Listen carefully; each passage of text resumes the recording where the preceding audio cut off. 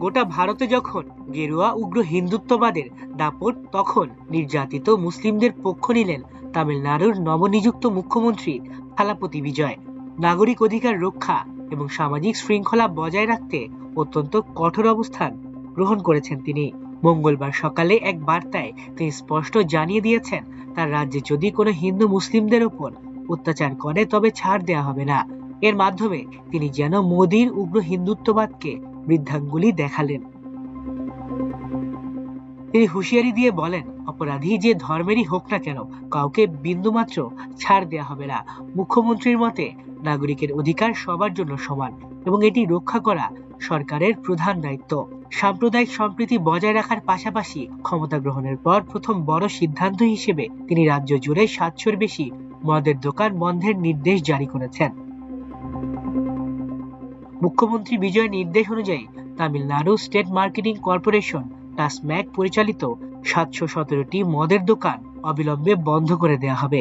এই দোকানগুলো মূলত বিভিন্ন মন্দির, মসজিদ, গির্জা, শিক্ষা প্রতিষ্ঠান এবং বাস স্ট্যান্ডের কাছাকাছি এলাকায় অবস্থিত ছিল।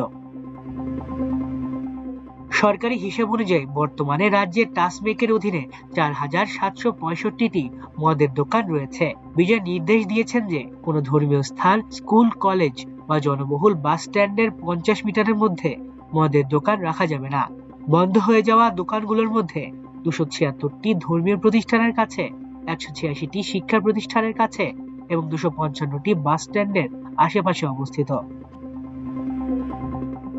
গত রোববার ৫১ বছর বয়সী এই অভিনেতা ও রাজনীতিবিদ তামিলনাড়ুর মুখ্যমন্ত্রী হিসেবে শপথ গ্রহণ করেন। তার রাজনৈতিক দল তামিলনাড়ু ভেট্টি কাজাগাম টিভিকে এবারের নির্বাচনে ডিএমকে এবং এআইডিএমকে দীর্ঘদিনের দ্বিমুখী আধিপত্য ভেঙে দিয়ে এক ঐতিহাসিক বিজয় অর্জন করেছে।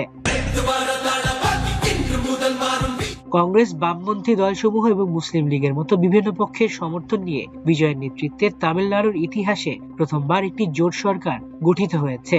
ক্ষমতা লাভের পর থেকে তিনি সামাজিক সংস্কারের উপর বিশেষ গুরুত্ব দিচ্ছেন, যার অংশ হিসেবেই এই বিশাল সংখ্যক মদের দোকান বন্ধের সাহসী পদক্ষেপ নেওয়া হয়েছে বলে মনে করা হচ্ছে। মুখ্যমন্ত্রী হিসেবে দায়িত্ব নেওয়ার পর বিজয় জনকল্যাণমূলক বেশ কিছু কাজের অনুমোদন দিয়েছেন, যার মধ্যে বিনামূল্যে ২০০ ইউনিট বিদ্যুৎ প্রদান এবং মহিলাদের নিরাপত্তার জন্য বিশেষ বাহিনী গঠন অন্যতম। এছাড়া জেলাগুলোতে মাদক বিরোধী বিশেষ ইউনিট গড়ার পরিকল্পনাও গ্রহণ করেছেন তিনি। মাল্টিমিডিয়া ডেস্ক, আমার দেশ।